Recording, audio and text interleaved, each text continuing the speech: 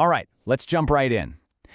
When you're first learning to code, dealing with errors can feel like this constant, frustrating battle.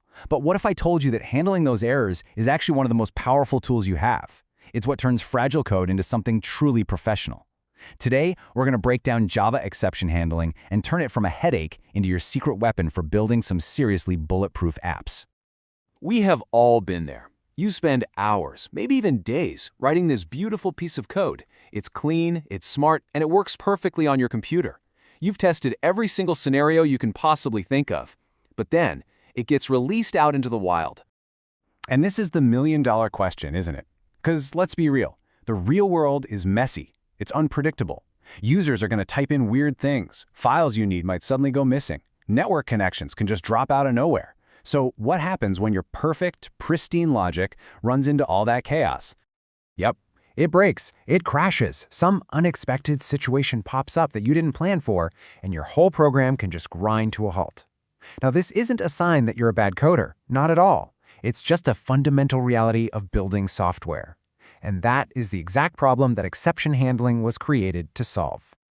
So how do we deal with this inevitability? Well, the best way to get your head around the solution is with a really simple analogy. Let's stop thinking about abstract code errors for a second, and instead think about something much more tangible, something we all understand. This right here is the big reframe. An error isn't just a failure, it's a signal. It's an alarm that's screaming, hey, something is wrong over here and you need to respond. It works just like a fire alarm system in a building.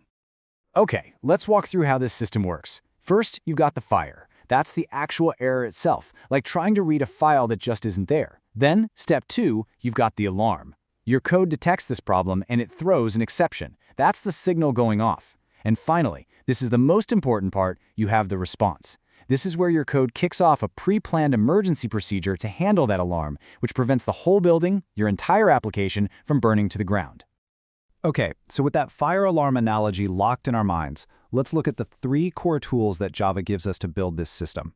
You're going to see these keywords everywhere: try, catch, and finally.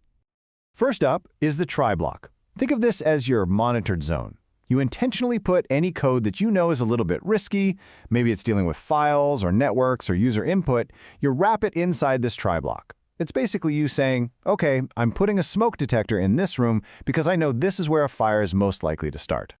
Next, we've got the catch block. This is your emergency response plan. This block of code does absolutely nothing as long as everything is fine. But the second an alarm goes off in that try block, the catch block springs into action. It's like the sprinkler system turning on to contain the problem and run a very specific rescue plan. And then there's finally. This is the cleanup crew, and it is so important. The code inside the finally block is special because it runs no matter what. It doesn't care if there was a fire or if it was a false alarm. The cleanup crew always comes through to make sure things get put back in order, like unlocking safety doors or closing a file. It guarantees your program is always left in a clean, consistent state. Now, in our fire alarm system, not all alarms are the same, right? You've got your planned fire drills, and then you've got real, unexpected fires. Well, Java thinks about exceptions in a very similar way, splitting them into 2 main categories. So, on one side, you have the fire drill, or what we call checked exceptions. These are predictable risks that the Java compiler itself knows can happen, like trying to open a file that might not exist. The compiler actually forces you to have an emergency plan, a try-catch block, just in case.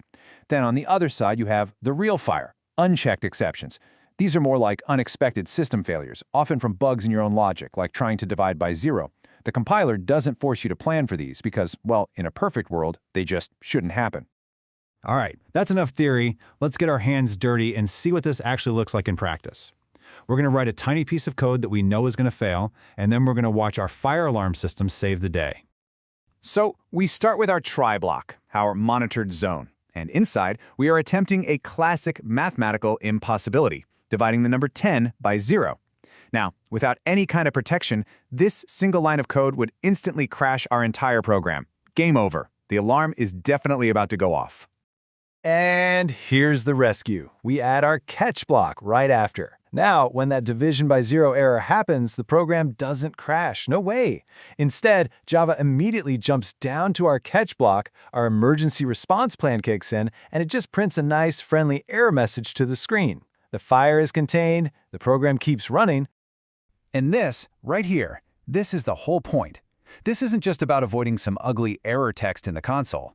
By actively planning for what could go wrong, you are fundamentally making your code more robust, more user-friendly, and way more professional. That is the real power here.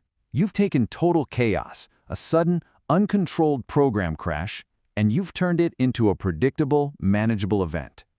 You now have control over failure. And let me tell you, that is the hallmark of a really skilled developer. So, as we wrap this up, I want to leave you with this thought. Now that you understand how to build this fire alarm system for your code, making it safer and so much more reliable, what does that empower you to build? What complex, real-world problems can you now go out and tackle with confidence?